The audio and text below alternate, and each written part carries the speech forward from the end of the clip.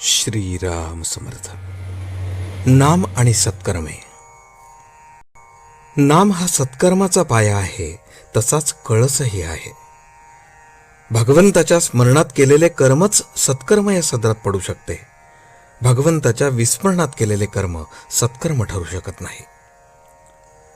समजा एखादा मनुष्य नुसते तोंडाने रामराम म्हणतोय, परंतु भगवंताच्या स्मरणात नाही, तर मग रामराम म्हणण्याची त्याची क्रिया सत्कर्म म्हणता येईल का? वास्तविक नाम हे स्वतः सिद्ध असल्याने ते जाणता वा अजाणता म्हटले तरी ते सत्कर्म याच सदरात पडते.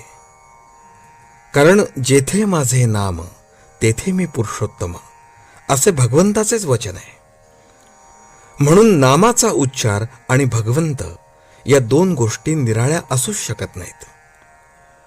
मुखाने नाम म्हणणाऱ्याचे लक्ष भगवंताकडे असो वा नसो ते सत्कृत्य याच सदरात पडते.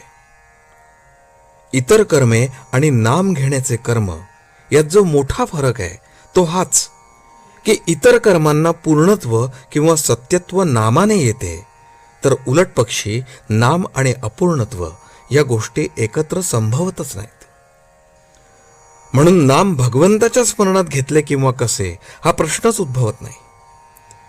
किंबहुना नाम मुखी आले की सत्कर्मे होऊच लागतात. मूल झाले की मुलाच्या आईला पान्हा फुटणे, मुलाचे लाड करणे, त्याच्यावर सर्वतोपरीने प्रेम करणे या गोष्टी जशा न शिकवता सहजच होतात, तशी स्थिती नाम घेणाऱ्याची सत्कर्माच्या बाबतीत होते.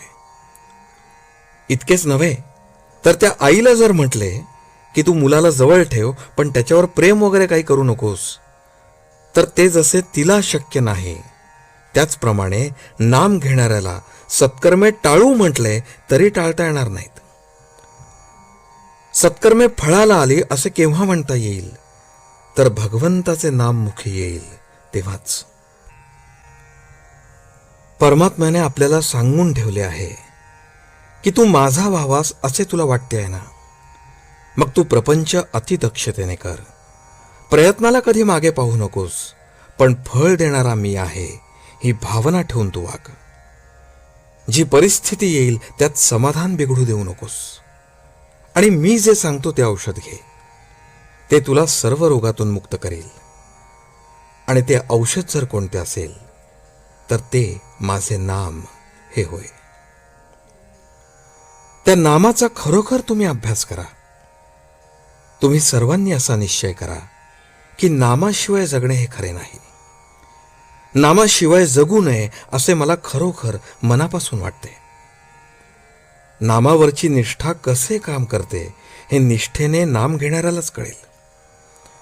नामाचे प्रेम ज्याला लागले त्याच्या मागे परमात्मा उभा राहिला हे अगदी सत्य सत्य त्रिवाच्या सत्य सांगतो.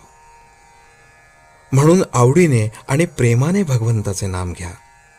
एकदा तरी त्याला कळकळीने रामा अशी हाक मारा की भगवंताला तुम्हाला येऊन भेटावेसे वाटले पाहिजे. आजचे बोधवचन. सत्कर्माचा शेवट भगवंताच्या नामाचे प्रेम उत्पन्न होण्यातच होणे जरूर आहे. जानकी जीवन स्मरण. जय जय राम.